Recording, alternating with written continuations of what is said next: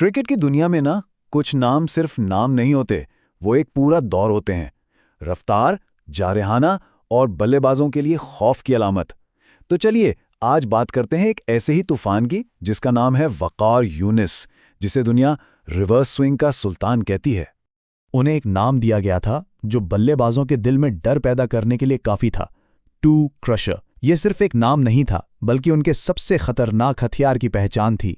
एक ऐसी गेंद जो सीधा पैरों को निशाना बनाती थी। और ये सिर्फ कहने की बात नहीं थी, ये एक हकीकत थी। उन्हें क्रिकेट की तारीख का सबसे खतरनाक यॉर्कर बॉलर माना जाता है। ये एक ऐसा एजाज है जो उनकी महारत का मुंह बोलता सबूत है। तो सवाल यह है कि ये सफर शुरू कैसे हुआ। वकार यूनिस इंटरनेशनल क्रिकेट में एक तूफान की तरह आए और बस आते ही छा गए। जरा सोचिए, सिर्फ 17 साल की उम्र में इंटरनेशनल क्रिकेट में कदम रखना ये कोई मामूली बात नहीं थी। ये उनकी जबरदस्त सलाहियतों को जाहिर करता था। इतनी कम उम्री में उनकी तेज रफ्तारी और जारहाना अंदाज ने सेलेक्टर्स को कुछ और सोचने का मौका ही नहीं दिया।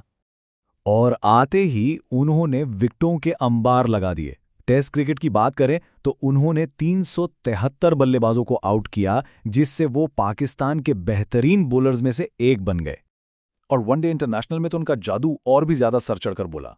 यहां उन्होंने 416 विकेटें हासिल की, जो उन्हें दुनिया के कामयाब तरीन बॉलर्स में से एक बनाती है।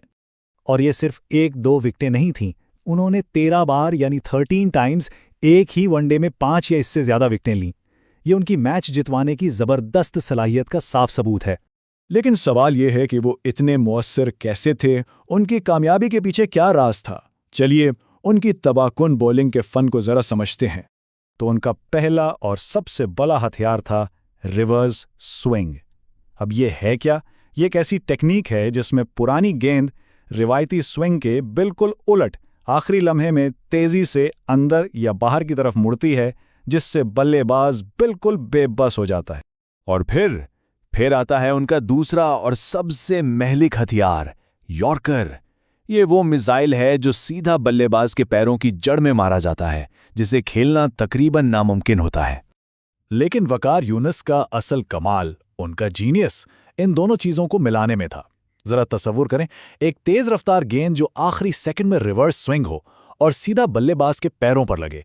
ये इतना खतरनाक कॉम्बिनेशन था कि किसी के पास इसका कोई जवाब नहीं था। और हाँ, यही वो गेंद थी जिसकी वजह से उनका नाम टू क्रशर पड़ा था। देखें, वकार यूनिस अकेले ही किसी भी टीम के लिए काफी थे, लेकिन जब उनके साथ वसीम अकरम आ गए ना, तो बस क्रिकेट की तारीख की सबसे खतरनाक जोड़ी बन गई। लोग उन्हें कहते थे द टू डब्ल्यूज। तो ये जोड़ी इतनी खतरनाक क्यों थी? क्योंकि वो एक दूसरे को बिल्कुल परफेक्टली कॉम्प्लीमेंट करते थे।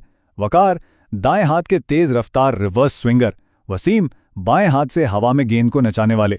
सोचें, एक बॉलर गेंद को बल्लेबाज से दूर ले जा रहा है और दूसरा अचानक अंदर ले आता है। ये तो किसी भी बल्लेबाज के लिए एक बुरे ख्वाब जैसा था।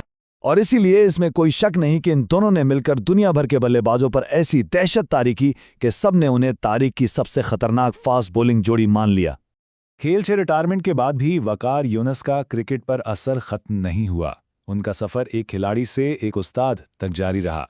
जी हाँ, उनका सफर मैदान पर खत्म नहीं हुआ।